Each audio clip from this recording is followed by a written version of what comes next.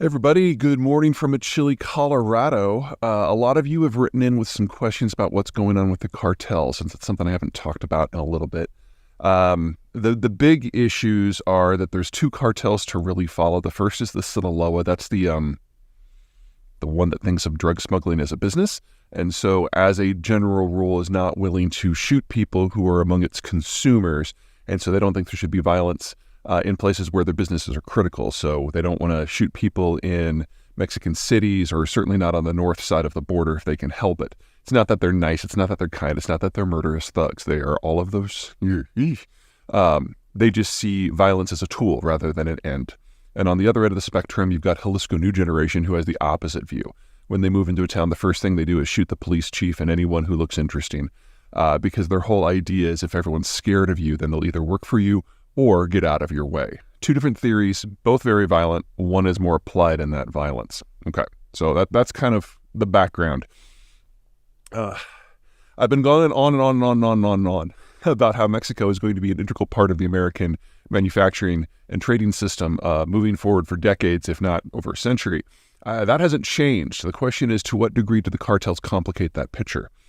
Not as much as you might think. The cartels are into things that fit one of two categories. One are small, have high value, and are easy to fit into a backpack and smuggle. Obviously, narcotics fall into that category. Methamphetamines falls into that category. Or they want industries that they can push a lot of cash through in order to launder it. And that takes them into things like real estate or avocados, where there's a very clear business on the other end that is integrated into the broader system. So those are kind of the two types of businesses they go for. Anything else gets a little complicated for them because it's not their skill set. And when it comes to interfering with trade, it doesn't really work. So if they were to go into, say, a manufacturing facility in Nogales and try to take over, it's not like they would know how to operate it. They would be just a protection racket, and that would mean they'd have to be there presently all the time. Assuming that Mexican law enforcement couldn't deal with that, I think they could, then the American investors in that factory would probably lose interest and the whole thing would shut down. So there's no profit center there.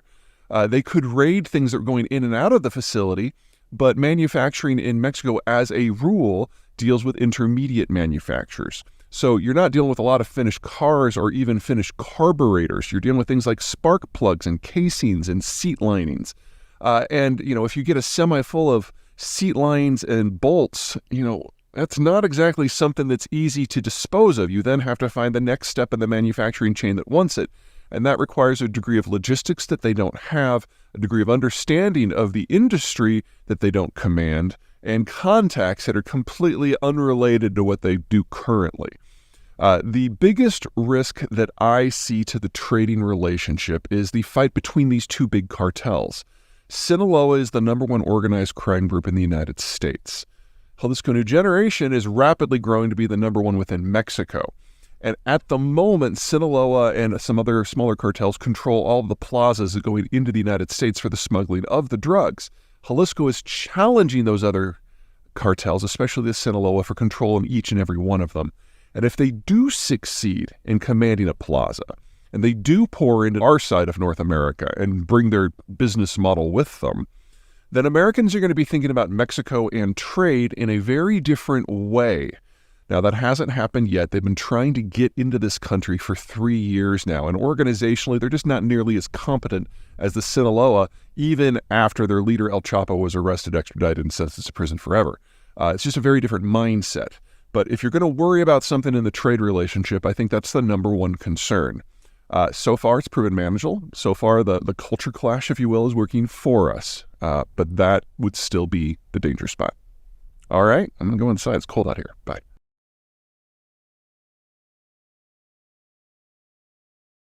Hey everybody, Peter Zeihan here, coming to you from Savannah, one of my favorite cities in North America. And one of the reasons is the bars, and one of the reasons are the restaurants, and the other one, it is home to the largest container port in the continental United States. Been operating for a few years now. They keep expanding it. You're looking at here one of the more medium-sized ships. The supers do come through here. They just have a problem getting through that bridge there. All right, it's raining. We're going to do the rest of this inside. Sorry, I got waylaid by the client and couldn't do the rest of this one from Savannah, so I'm back home. Two big reasons to be really bullish and really impressed by the Port of Savannah over the years to come. The first has to do with that Jones Act that I keep talking about, the law that says that only American vessels can dock at American ports in succession. So, for example, if you're in a cargo vessel and you're delivering things to the Chinese coast, the same vessel will go point, point, point, point, point. But if that same vessel, let's say it's Japanese, was to come to the U.S. West Coast and it stopped in Seattle, it would then have to go back to Vancouver before it could go to San Francisco, then would have to go back to Vancouver before it could go to San Diego.